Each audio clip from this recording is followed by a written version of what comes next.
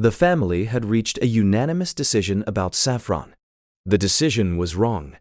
Genevieve Albrecht had been an infant feeding specialist for 6 years. She had seen more than most parents ever would. She trusted that. She had built her whole approach to motherhood around what she knew, around what experience had taught her body to recognize in a beat. 13-month-old Iolanthe had been the center of that approach since the morning she was born. Saffron was a 4-year-old Irish setter who had shared the house since before Iolanthe existed. He had never shown anything but patience with her. The ear-grabbing, the shrieking, the lurching of a child learning to walk. He was the kind of dog people described as gentle to the point of being a little dull, which is why what happened that morning in their farmhouse in mid-August made no sense. It was the kind of week where nothing was supposed to happen. Iolanthe had been mildly sick 4 days earlier, the kind of thing that moves through everyday care without alarm. By that morning, she was eating soft food again, walking, the fever long broken. By every measure Genevieve knew, she was getting better. It started in the kitchen. Iolanthe woke fussy, the way babies do when something is not quite right but they cannot say what. Genevieve fed her, changed her, held her. Within 20 minutes, Saffron was carrying the toddler's stuffed elephant from one room to another and back. Just there, immovable, his attention locked on the child in a way it had never been before. Genevieve watched from the cotton couch, coffee in hand, and felt the first thread of unease. Saffron, go lie down. He lifted his eyes to her and stayed exactly where he was. Iolanthe began to cry. He didn't back away. He leaned closer. That detail would matter. She didn't know that yet. She set the coffee down. He was holding the position for 2 full seconds at a time, then pulling back to look at her, directly flat on, then lowering his face again. He was reporting something she would understand that later. In the moment, she only saw a setter too close to a crying toddler, and her body registered the size differential before her mind caught up. It happened again 20 minutes later. Iolanthe had quieted, was sitting on the painted floorboards with the stuffed lamb, and Saffron crossed the kitchen in the same deliberate way and lowered his head again. Genevieve pulled him back by the collar. He turned immediately and sat beside her, calm, composed, watching the child. She filed it as odd. She noted it. She did not yet understand that he was not asking for attention. He was filing his own report. In 6 years of work, Genevieve had seen dogs upset children before. She had seen the pattern. Stress behavior, resource guarding, overstimulation around a crying infant. She had seen families dismiss warning signs until it was too late, and she had written notes about exactly the kind of fixation she was now watching unfold in her own kitchen. The size differential alone, the weight of a large animal against the small body of a toddler, made her stomach tighten in a way she recognized as professional instinct. She crossed the room and put herself between them. Saffron moved around her. He wasn't growling. He wasn't stiff. But he would not leave Iolanthe alone. Friedrich came in from the next room and watched for 30 seconds. Should we put him out back? Genevieve was already nodding. Just for a few hours, until she's calmer. Her mother-in-law, who had come to help that week, said it from the hallway without being asked. You're right, you can't take that risk with a baby. They had all reached the same conclusion.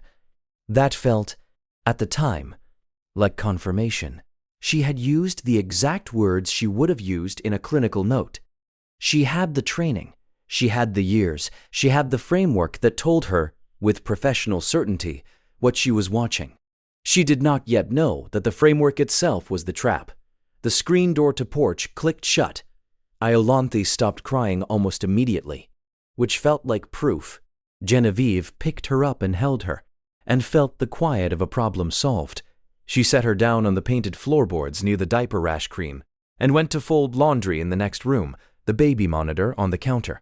Saffron was scratching at the screen door to porch within 10 minutes, not barking, scratching, a continuous, focused, rhythmic scraping that did not stop. Friedrich let him back in, more out of frustration than understanding. He went directly to the doorway of the room where Iolanthe now lay, positioned himself at the threshold, and would not move. Genevieve came to stand beside Friedrich. She looked at Saffron standing over the sleeping baby. She looked at how still he was, how focused. He had never done this before. Not once. He's fixating on her, she said. Friedrich nodded slowly. They had both reached the same wrong conclusion in the same wrong way. Neither of them asked why he was starting now. They moved him to the back bedroom that night. Door closed. He scratched at it for 4 hours without stopping. Friedrich called his cousin about temporary boarding. Genevieve did not argue. She had seen too much, she thought, to argue. She wrote in her journal that night, "I almost gave the dog away today." She underlined the word, almost. She did not know yet how much that underlining would matter. Iolanthe woke at 2 in the morning. Not crying, small sounds. Not distressed, Genevieve gave her 10 minutes on the baby monitor. The sounds did not change. She turned over. At 3:25 in the morning, she heard Saffron hit the back bedroom door. Not scratching. Impact. The full weight of a grown dog throwing himself against a hollow core door. Then again. Then again. She was moving before the thought finished. Down the hall, the door shaking in its frame. She grabbed the handle, and Saffron pushed past her before she could speak and ran, not walked, directly to the room where Iolanthe lay. Genevieve followed. Saffron was at the crib, both paws on the rail, his nose pressed to the child's face. Iolanthe was quiet. The wrong kind of quiet. Genevieve reached in. The body in her hands was limp and warm, and wrong. She turned on the light. The color in Iolanthe's face was off. Not the gray she knew to fear, but a faint pallor around the lips. Hands slightly cool, breathing even but shallow. She picked her up, and the limpness was too much. Just slightly too much, and she was already reaching for her phone, before she finished forming the thought. Friedrich came down the hall behind her in his socks. He took one look at the way she was holding the child and did not ask any questions. He picked up the keys from the cotton couch and opened the screen door to porch. Saffron did not follow them out. He stood at the doorway watching the car start in the driveway, his outline visible in the porch light, his weight leaning toward the gate as if even now he was still trying to come. At the emergency clinic 40 minutes later, the readings came back. Cortisol level was 2.4 micrograms per deciliter at presentation. The diagnosis was Addisonian crisis in parent, the kind of slow, invisible slide that does not announce itself, that produces no dramatic symptom, that depletes a child without any external signal a parent would think to look for. The endocrinologist who admitted them was someone who specialized in adrenal emergencies. She read the chart and looked up. This was being detected, she said. By something. Iolanthe was not symptomatic to you yet. By the time a parent sees this, we are usually managing a crisis. You brought her in within the window where we could correct it without consequence. Genevieve told her about Saffron, about the face pressed to the child's mouth, about the scratching at the screen door to porch, about the impact at 3:25 in the morning. The doctor wrote something on the chart and set her pen down. Dogs detect adrenal collapse signature at concentrations thousands of times below human sensory threshold. She said, in a child whose condition is shifting across hours, that signature is changing. He has been reading a chemical profile that is invisible to anyone in your house. He was telling you, you filed it as aggression because you have a framework for aggression. You do not have a framework for what he was actually doing. Another 9 minutes, and we would be having a very different conversation. Genevieve sat with that for a long time. The face pressed to Iolanthe's mouth each morning. Not aggression. Breath detection. The refusal to leave after every correction. Not defiance. An alarm that could not turn itself off. The scratch at the screen door to porch. Not impatience. The sound of him trying to get back to his post. The vigil at the threshold over the sleeping child. Not dominance. Medical surveillance. The impact at 3:25. Not destruction. A guardian locked outside by the person he was trying to protect. He had been reading what she could not see since the moment Iolanthe woke fussy that morning.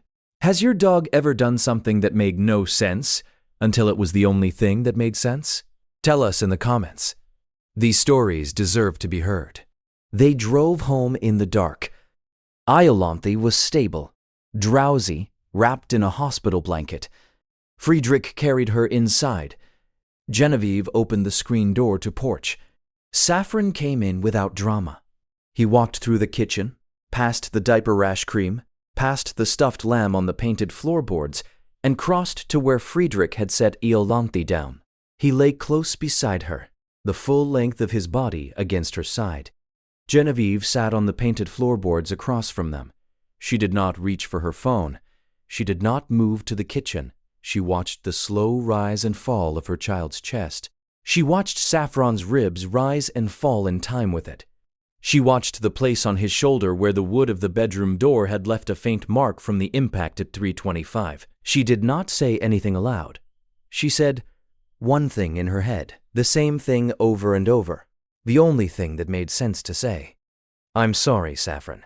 He did not move for a moment. Then he pushed his nose against her hand and settled again beside the sleeping child. Every guardian deserves to be recognized, even the ones who never asked for anything in return.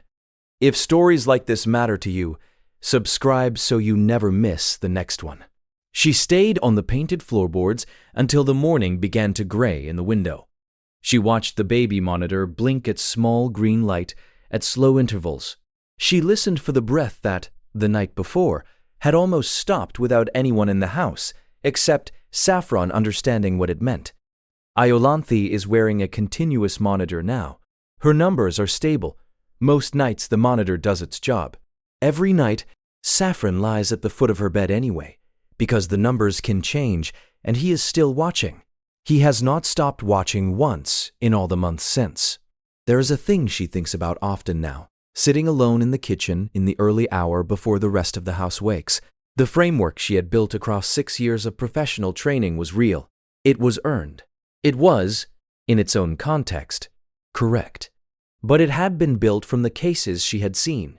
It had been blind by its nature to the cases she had never been in the room for. Saffron had been working from a different framework, a framework that had nothing to do with anything she had been taught, a framework that began at the level of a single molecule and ended at the foot of a sleeping child. She had treated his framework like noise. He had treated hers like a danger. Only one of them had been correct. She has not written about it. She does not know how. The cases she has filed across her career are organized by category, indexed by symptom, ordered by diagnostic clarity. There is no field on the form for the thing Saffron did. There is no category for the kind of attention he was paying. There is no symptom that captures the sound of a hollow core door under the shoulder of a setter who had figured out, before any of them, that the small body on the other side of the door was running out of time. She thinks she will figure out how to write it eventually. For now, she only sits with the knowledge that, on the night it mattered most, the only competent professional in the house had been the one without a badge. The next story involves a dog who changed his behavior 3 weeks before a diagnosis no one saw coming.